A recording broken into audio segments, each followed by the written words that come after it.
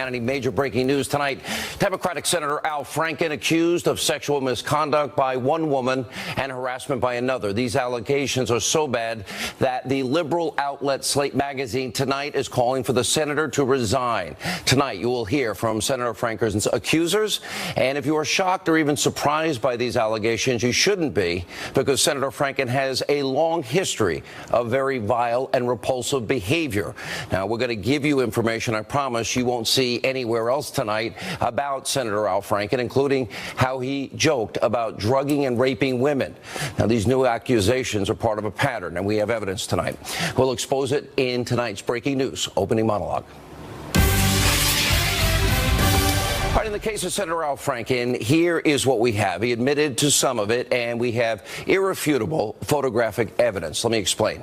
Actress, model, radio host Leanne Tweeden, who's been on this program many times, came forward today with stunning allegations against Democratic Senator Al Franken that he is now admitting to and he is now apologizing for.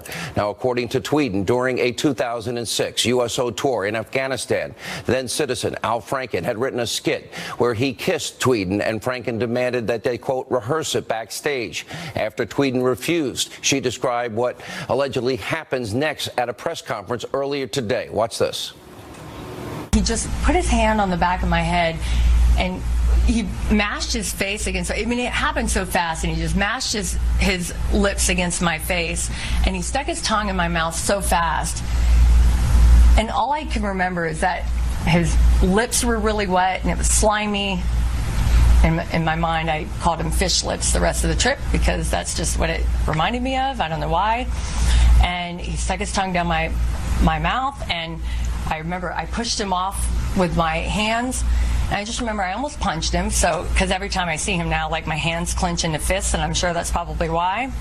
And I said, if you ever do that to me again, I'm not going to be so nice about it the second time. I was violated. I just felt like, he betrayed my trust, and obviously that is not what I wanted. And it gets worse from there. Look at this photo. While leaving from Afghanistan, Tweeden fell asleep, and Franken proceeded, as you can see there, to grope her.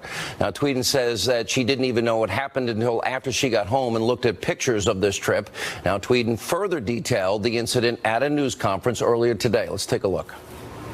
There's a photo of Al doing his, this on my breast, like looking at the camera, just kind of smirking and smiling, like, hey, look at me. He just thought he could get away with it, and that it was okay, and that it was funny. Nothing like that is ever funny. I mean, is it funny if he does that to your sister or your daughter or your wife? In context of already assaulting me backstage and all the little petty things he was doing to belittle me and how he treated me, and sort of, in succession, and then it ended with that. Look, I was afraid to speak out 11 years ago.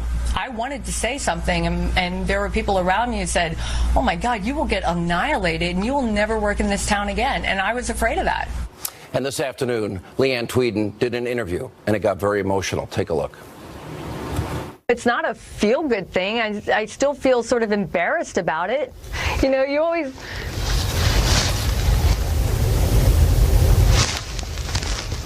I don't want to be cliche, but you talk about trying to leave the world a better place for your kids, Sorry. Nothing to be sorry about. I didn't think I was going to do that, but you do. You want to leave, you try to set examples for your children, right? You want to leave the world a better place. Now, I also interviewed Leanne Tweeden on my radio show earlier today. Listen in. What do you think should happen? I know they were trying to pressure you in the press conference. Does something like that warrant? Does he belong in the Senate? I'm not calling for him to step down. That's not why I came out with this. I just want other people. If there might be other girls that he did this to, and obviously you have one on the phone right now that's talking with me, and there might be others. Al Franken did issue a statement apologizing for the photo, but claims to not remember the backstage kissing incident. It reads in part, quote, "I don't know what was in my head when I took that picture, and it doesn't matter. There's no excuse. I look at it now. I feel disgusted with myself. It isn't funny. It's completely inappropriate." Now, Franken is also agreeing to a Senate ethics investigation, which Senate Majority Leader Mitch McConnell first called for, and then Democrats like Chuck Schumer, Claire McCaskill quickly supported because they had no choice.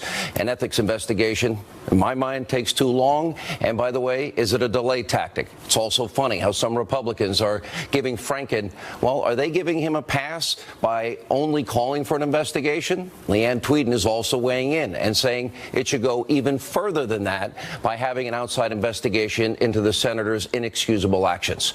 Now, what Franken has admitted to, which we have photographic evidence right there, and what he's accused of doing is pretty downright creepy. But sadly, it's just the tip of the iceberg when it comes to Al Franken, things you probably won't hear on any other show. For example, on the Senate floor in 2010, Senator Franken described his USO trips and called Leanne Tweeden beautiful. Watch this. I was kind of a co-host with a beautiful woman named Leanne Tweeden, and we do comedy routines, and we'd introduce music, we'd introduce the cheerleaders. Now, Franken is also being accused of harassing a second woman, Melanie Morgan, a radio TV personality, also the co-founder of the website Media Equalizer. Morgan is alleging that back in 2000, while appearing with Franken on Bill Maher's show on ABC, Politically Incorrect, the two had a heated debate on camera, which then continued backstage. According to Melanie Morgan, Franken then got her phone number from one of the show's producers and called her 3 separate times, she said, harassing her until Morgan threatened to call the police. Now, I interviewed Melanie Morgan about these accusations of harassment on my radio show earlier today. Let's listen in. Melanie, what do people to think when we don't have a picture, like in the case of Leanne? How do people sort through and get to the truth? That is a great question, and it's one, and as a journalist of over 30 years experience, I wrestle with every single day. You know, you have to take these instances and these testimonials by different women, and it's usually women, although in Hollywood, as we've learned, sometimes it's men, and you have to look at the whole context in which these allegations are made. You know, I wanted to give Judge Roy Moore the benefit of the doubt because it was 40 years ago that he was accused of doing some inappropriate things. I think that the people of Alabama are definitely going to make a judgment on what they think is true and what is not true. I can only speak as to the truth that I experienced, which was a very aggressive and almost obsessive behavior that Senator Al Franken displayed towards me when he was a writer and a performer on Politically Incorrect with Bill Maher. Now, like in the case of Senate candidate Roy Moore, these are all very serious allegations that need to be fully investigated, in this case by the Senate Ethics Committee. And to be fair, we did reach out to Senator Franken. We did invite him on the show to tell his side of the story. You just heard part of my radio interviews with Leanne Tweeden and Melanie Morgan. Now, we also invited those that had accused Roy Moore on this program. We've also reached out to Hillary Clinton, Nancy Pelosi. So far, they didn't get back to us. No comment. Now, when it comes to Senator Al Franken, here's what you probably haven't heard. He has a long history of making all kinds of vicious, vile, completely out-of-line comments. He's also a massive hypocrite when it comes to sexual harassment. For example, in 1995, he was working on Saturday Night Live on a, quote, skit where he suggested drugging and raping Leslie Stahl from 60 Minutes. He said at the time, quote, "I give the pills to Leslie Stahl, then when Leslie's passed out, I take her to the closet and rape her. And that's why you never see Leslie until February, or when she passes out, I put her in various positions and take pictures of her." What kind of person is making jokes about drugging and raping women? Then in 2000, Al Franken wrote a, quote, so-called satirical article for Playboy magazine with the headline, "Pornorama." Most of it is too vulgar to read on TV, but in part, one part in particular, Franken wrote, I'm talking about the internet, which is a terrific learning tool. For example, a couple of years ago when he was 12, my son used the internet for a 6th grade report on bestiality. And in the article, Franken goes on to fantasize about a machine that would perform oral sex on him. And it gets worse. In 2008, when Franken was running for Senate, he was forced to apologize for what he wrote in Playboy and his crude and appalling comments about Leslie Stahl. But in his new book, Franken actually said that he faked those apologies in order to win votes. His own words. He writes, to say I was sorry for writing a joke was to sell out my career, to sell out who I'd been my entire life. And I wasn't sorry that I had written Pornorama or pitched that stupid Leslie Stahl joke at 2 in the morning. I was just doing my job. So I guess based on his own words from this point forward, we can only assume that any apology from Senator Grope, it will only be lies in order to win votes in the future. Examples of Franken's despicable behavior don't end there. During a Friars Club roast of Rob Reiner, Franken made jokes about infant rape.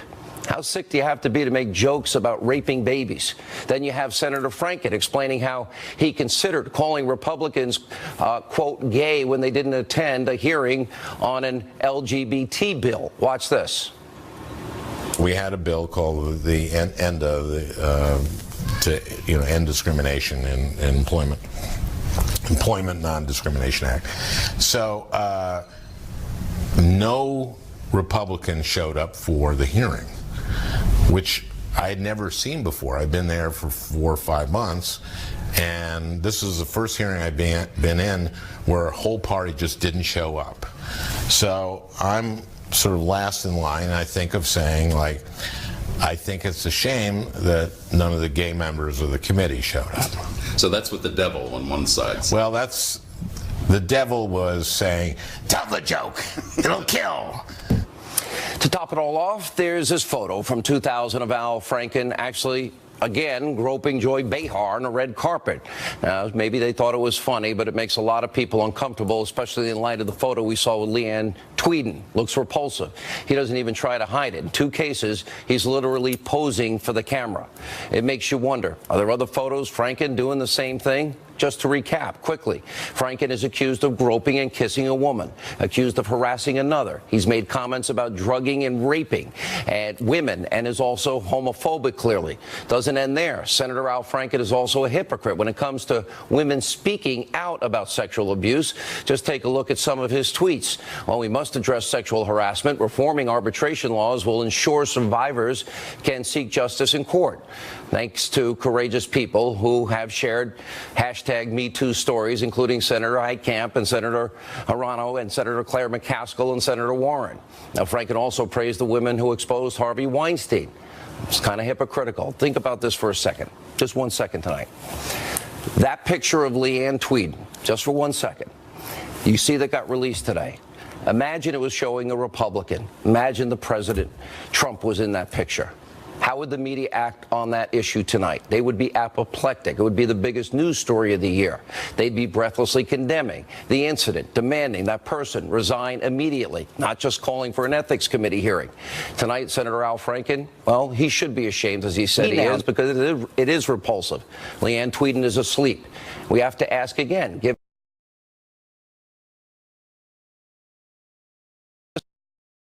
is Senator Franklin fit for office? Now, Senator Franken clearly is a pretty sick, twisted individual with a warped sense of humor in his own mind that really isn't funny, but his actions do need to be evaluated. At the end of the day, it will be the people in his home state that decide. And what's really shocking, what's really outrageous is that Senator Franken is not alone when it comes to accusations of sexual misconduct against members of Congress. According to a new office compliance numbers that were released today, since 1997, 15 million of your taxpayer dollars have been used to settle allegations of sexual misconduct, discrimination, and other cases against members of Congress. Why don't they pay themselves? In other words, you're subsidizing their behavior. And for years, it's been kept secret, even though there have been 264 cases settled. Now, there are also reports about what's being called the Capitol Hill creep list, which helps warn people about which members of Congress and congressional employees to avoid. And finally tonight, a quick update on the Clintons' day of reckoning. For years, we have been shedding a light on the allegations of sexual misconduct by Bill Clinton and how Hillary smeared all of those accusers, and all of their friends did. They smeared, slandered, besmirched. We went into it in great detail last night in our opening monologue. We broke it down in all its detail. We encourage you, if you didn't see it, go back. You may want to see it. So now, after nearly 30 years of covering for Bill Clinton, now the media is finally realizing, oh, wait a second, Bill Clinton, we kind of enabled him. He is a sexual predator. Take a look at some of these headlines. One from Vox. It says, Bill Clinton should have resigned.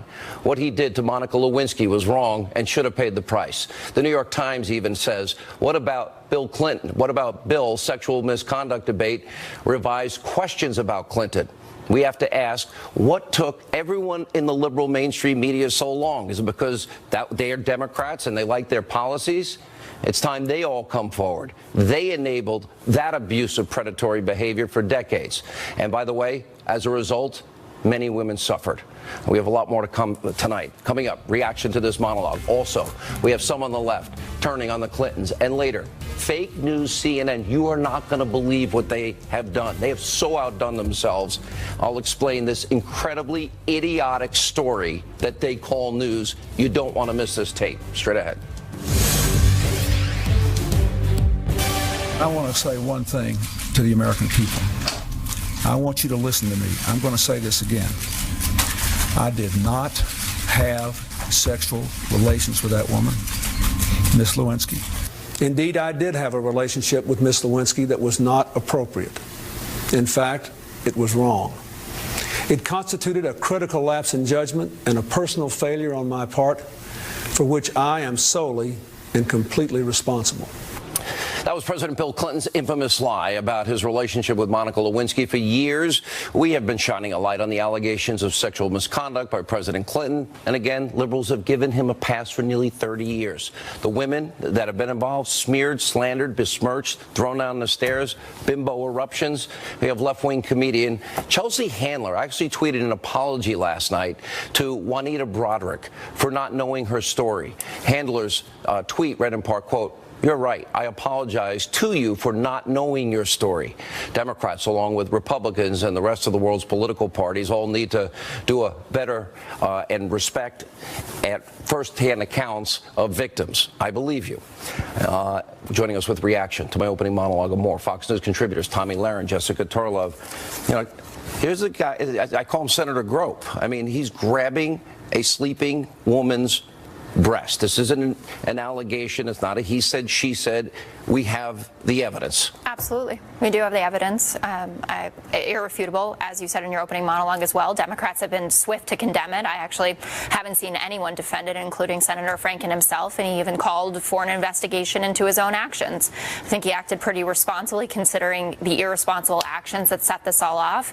And most importantly, we need to consider the fact that we are officially in the territory of no partisan affiliation with this. We've got gross guys on both sides of the aisle, and we shouldn't be making any arguments on the basis of who we'd like to see in office. You know, it's interesting because in the case of the Roy Moore situation, I said the same thing. If true, it's despicable. If true, it's disgusting. I did a hard interview with him.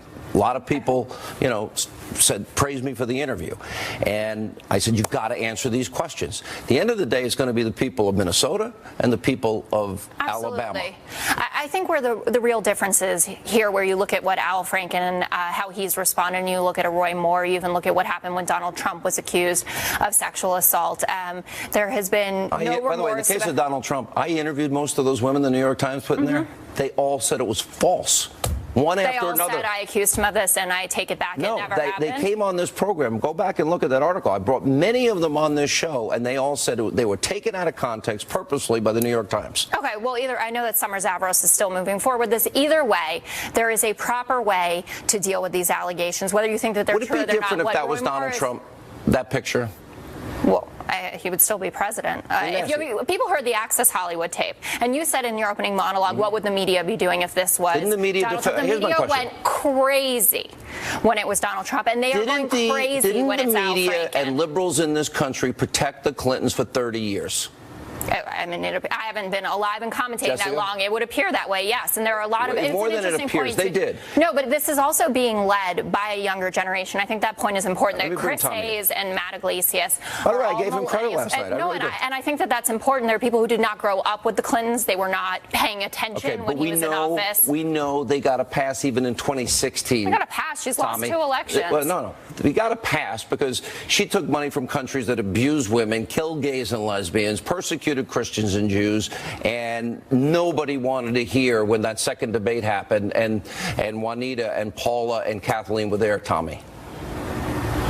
Well, and this goes beyond Bill Clinton. It goes to Hillary as well. And I know that the liberals hate it when we still talk about Hillary, but it's important if we go all the way back to Bill and then we follow it through Hillary. She just ran for president on the whole woman card, the whole female empowerment. Hillary is just as responsible as Bill was. As you mentioned, the bimbo eruption squads. Tommy, if Bill Clinton raped Juanita Broderick, I don't know how you can say that Hillary Clinton is just as responsible as Bill Clinton.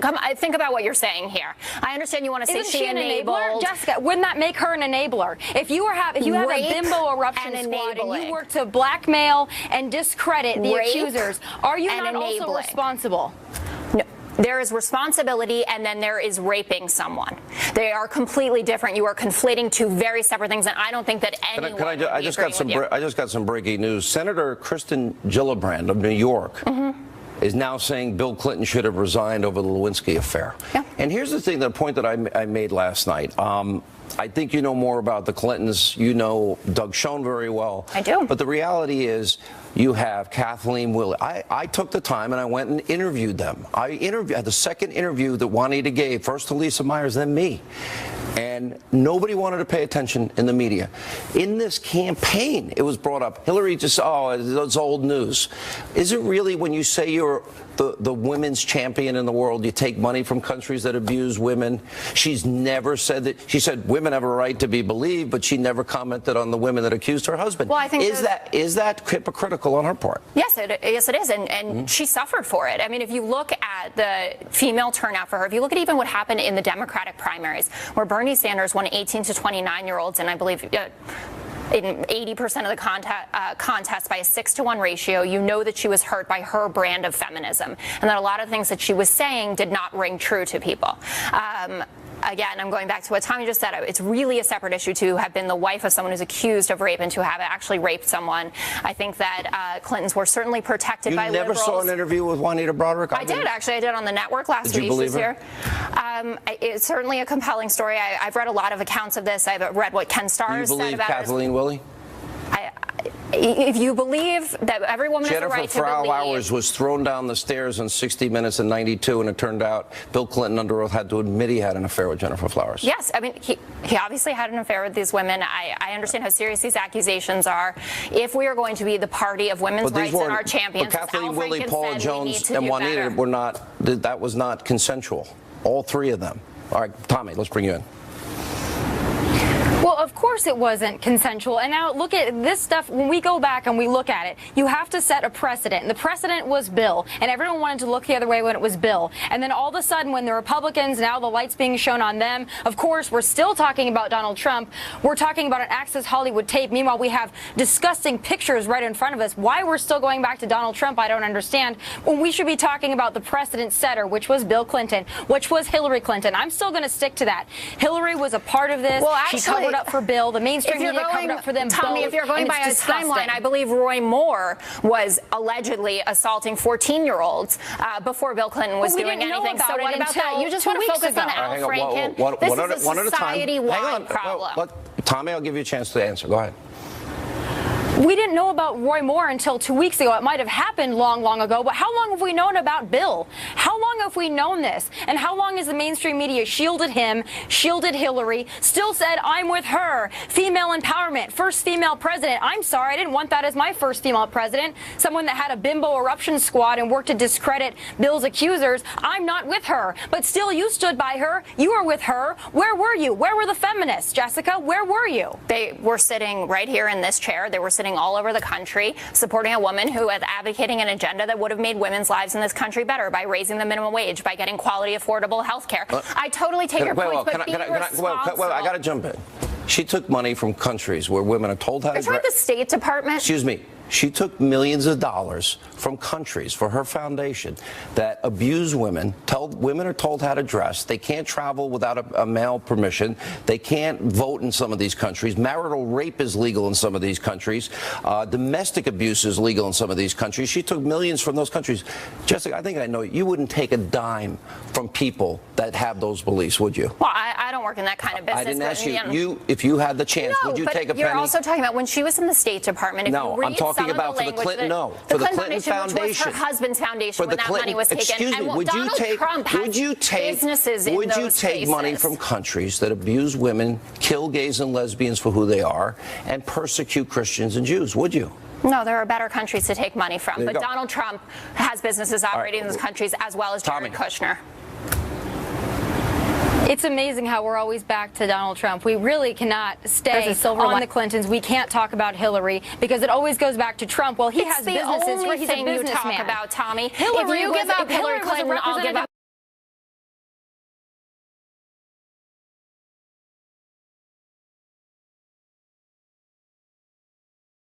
There's a silver lining in all of this is that the young women on either side of the political divide will find the courage to speak up and not wait 20 years. I think that moving forward, that's going to be the best solution. Jessica. We'll try that for the segment. Let me ask you both a really tough question. We have about 20 seconds each. It's tough, though. Tommy, I'll start with you. What do you do in these cases when it's he said, she said, and then it becomes he said versus she said, she said, she said? How do people, because I think it's important that people know truth, how do you get to the truth? There's a silver lining in all of this is that the young women on either side of the political divide will find the courage to speak up and not wait 20 years. I think that moving forward, that's going to be the best solution. So if you have an issue of a problem, someone touched you, you didn't want to be touched, say something as it's happening, because we're in a climate right now where you have the opportunity to stand up. And so I would hope that women across the board would be able and be empowered enough to do that at this point. 20 seconds. I agree with that. Women in this country are having a moment, and I think it's incredibly important. Suddenly people are interested in hearing their stories. And I would also add that there are a lot of industries that are not being paid attention to. We happen to work in media, and media and politics is shiny and bright, and people will pay attention to that. But there are the music industry. Absolutely. There are countless people who are working in fast food restaurants who are getting harassed every day, who are, working in homes and not being treated properly. So speak up and use whatever platform you can. Thank you both for being with us. Appreciate Thanks it. a lot, Thank Sean. you, Tommy. All right, when we come back, Hillary Clinton is feeling the heat. She is lashing out at the possibility. We have breaking news tonight. A special counsel to investigate her corrupt Uranium One deal. Sebastian Gorka, Peter Schweitzer are here. Also later, we'll show you the most insane fake news report from CNN in their history. And that says a lot. Straight ahead.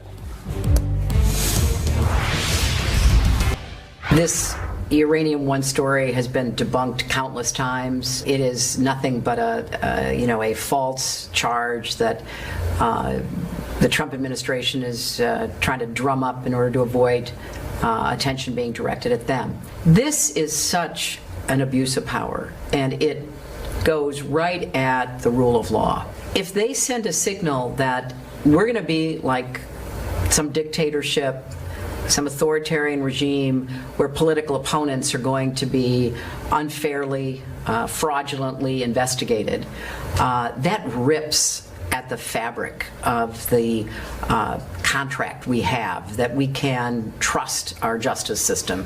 Really? Hillary talking about the rule of law and the possibility of a special counsel to investigate her role in that whole corrupt Uranium One deal? She's obviously getting nervous. Here with more reaction, author of the best-selling book, Clinton Cash. Really? We're going to get a lecture on the rule of law?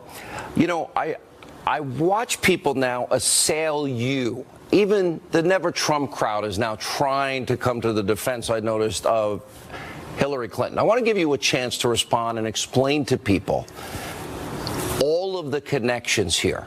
I'll hand it to you. Well, thanks, Sean. This is a story that begins in 2005. Bill Clinton and Hillary Clinton helped Frank Giustra, a Canadian investor, get very, very rich uranium deposits in Kazakhstan from the Kazakh government.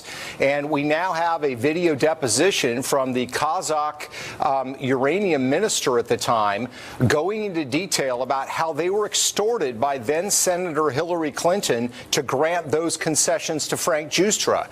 She was on the Armed Services Committee. She would not meet with Kazakh officials. Her committee had responsibility for the distribution of funds that were supposed to go to Kazakhstan. She made it clear, no uranium for Justra.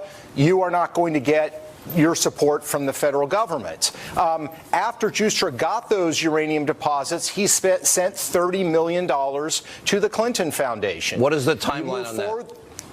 Yeah, so that's 2005 is when that deal happens. Within 2 months, he sends the first $30 million to the Clinton Foundation.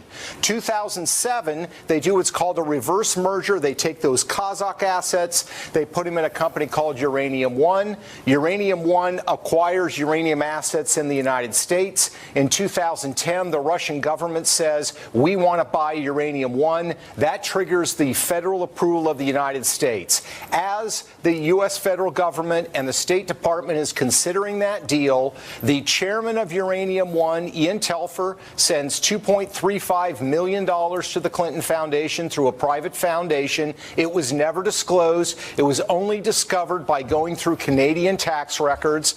Bill Clinton gives a $500,000 speech the month as that approval is going through to a company in Russia that is involved financially with Uranium One. The ties and the deals go on. And let me just add, Sean, by the way, it's about to get a lot more interesting because we know some details about this lobbyist, this source that's come forward. His name is William Campbell. He lives in Florida.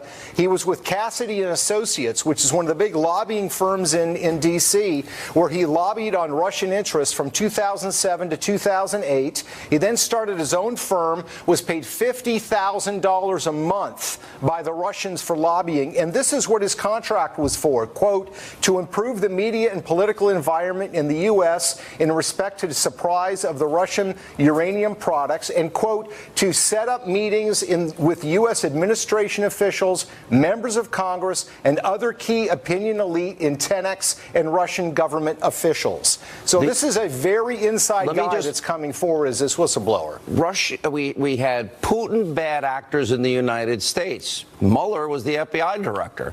Eric Holder was one of the 9 that signed off on the deal, CFIUS deal, the committee. Then you've got bribery, extortion, kickbacks, money laundering, and racketeering. Mueller had to know because they had an FBI informant. He had his own personal experience, ended up 4 years being an informant. Then you got tapes, and then we've got documents, and we got emails and a first-hand account. And Putin was breaking all of these laws to get a foothold in the uranium market. And they knew in 2009.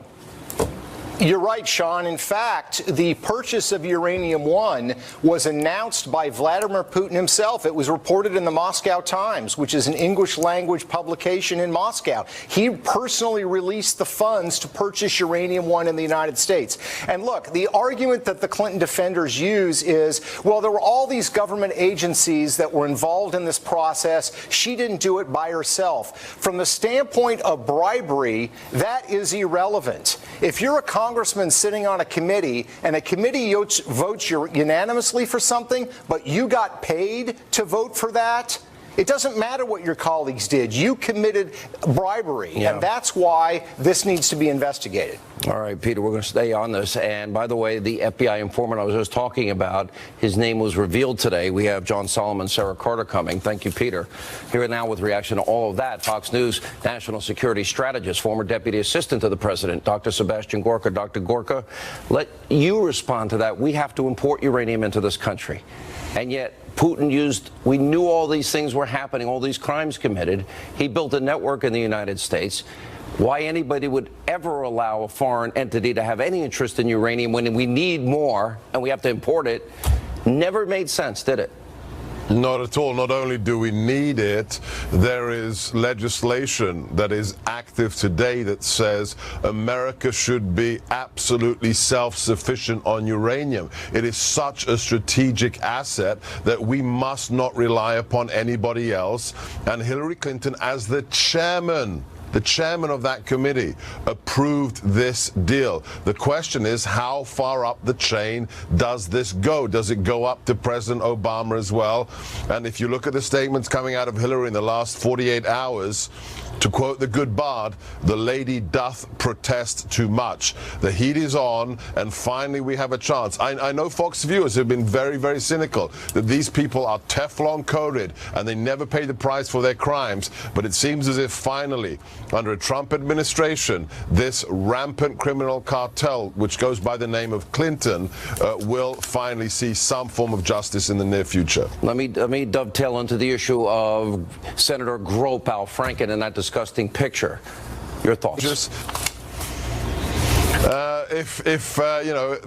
this, somebody said to me tonight, poor Judge Moore, all he has to do is change ticket and become a Democrat, because then he'd be Teflon coated as well.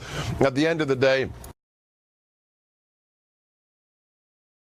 the fact that the left seems to have double standards on these issues. It's only Republicans that get in trouble for these kinds of behaviors. These are all inexcusable. Any kind of sexual act of this nature, whether it's an assault or whether it's something that simply shames a woman afterwards, taking photographs while they're asleep of a sexual nature.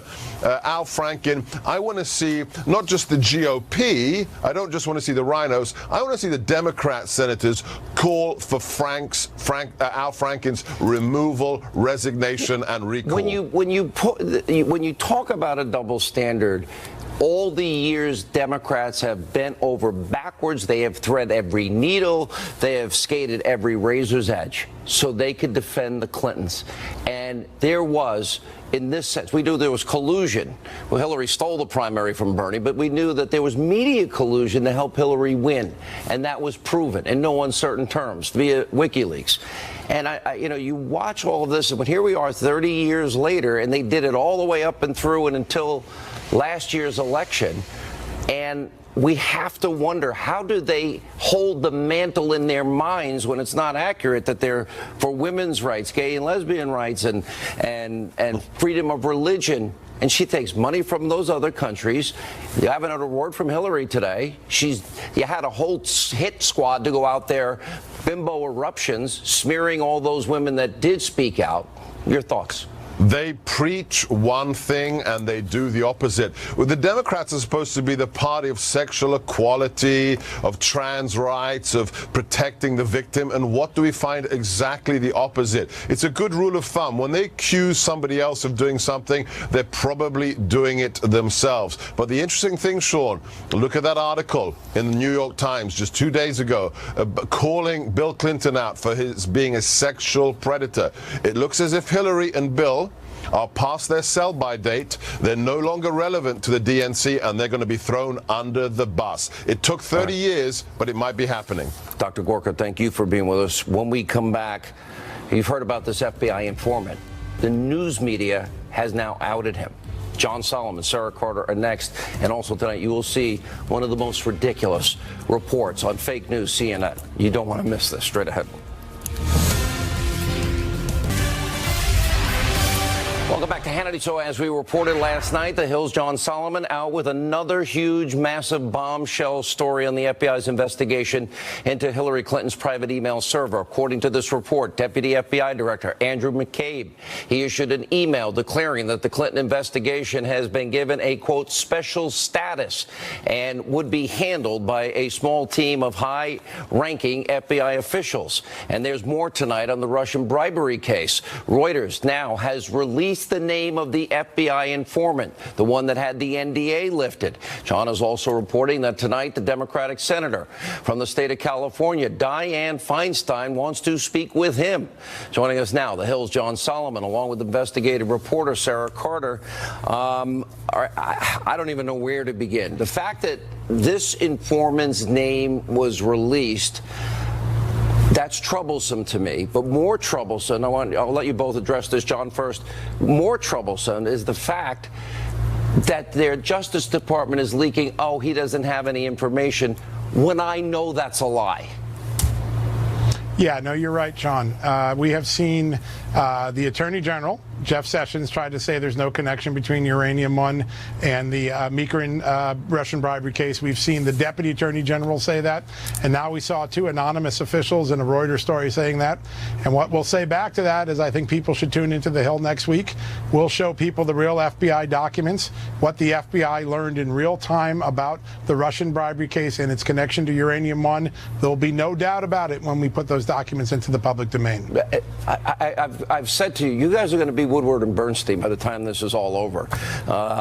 And Sarah, let me get your take on this. You know who the FBI informant is. You both know. You have both talked to him. We know who the attorney is. How extensive? They're trying to downplay what he has. Sarah, how extensive is it? And what do you think of the release of his name? Well, I know he's very concerned about the release of his name. He did not authorize that, although he was contacted by the reporter from Reuters. I spoke to him and asked him, what would you want me to say? And this was through his attorney when I speak to Sean tonight.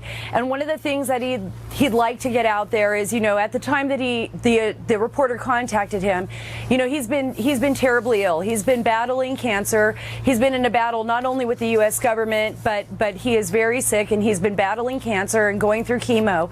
And, you know, all of these now are coming out. So he is in a battle for not only his life, but in a battle against what he perceives as people within the U.S. government that don't want the story to come out. But there is so much information, Sean, that he is willing to share with the public to set the record straight. And believe me, we're going to get it out there. He is going to have his say. His voice will be heard. 4 years an informant. He knew about the bribery, extortion, kickbacks, money laundering of Putin's agents, if you will, in the U.S.? Yes. And he will be able to lay that all out for everyone, and he will do that for Congress, and specifically for Congress. And I know, you know, John and I have been working on this for months and months and months. Another clarification in the story, they called him a lobbyist. He was not a lobbyist. He was a consultant, which was very different. And remember, he was the one that came to the U.S. government. He came to the Justice Department with this information. I'm guessing, John, at the end of this FBI informant is going to end up being the hero. Yeah, I don't know whether hero, I mean, that's other people's decisions to put white hats and black hats on people, but he is going to be an extraordinary fact witness because he gathered so much information. There are videotapes where the Russians are opening up briefcases full of cash. These are the people that we then gave uranium to, that we then gave nuclear fuel contracts to. When people see these videotapes. All this is happening before they sign off on uranium. That's right. They knew about bribery, extortion, kickbacks, money laundering before. They knew this was Putin. They did it anyway. The Russians must think we are really dumb. That's funny that you would say that, Sean, because there was a conversation that the informant attended where they actually said that about Americans, and we'll be reporting on that soon. But the Russians really thought they had played America on this one. Wow. All right. We will get to the bottom of this. Let me go back to this story about McCabe. We had the tarmac meeting. We had, Sarah, it's not an investigation, it's a matter. We had the exoneration letters written beforehand. Now Andrew McCabe had given a special status. Is that equal justice under the law, Sarah? Special status? Do I get special status when they're investigating me? No, we don't. And according to FBI law enforcement officials who were involved in the investigation, that is something that they were so concerned about. You know, a lot of these FBI agents had reported this, and they are reporting this. So this is something that's very important. There was no special status for other people, but there was special status for Hillary Clinton. And we can see progressively by all the evidence what former Director James Comey did and how he changed things. Gross negligence was removed.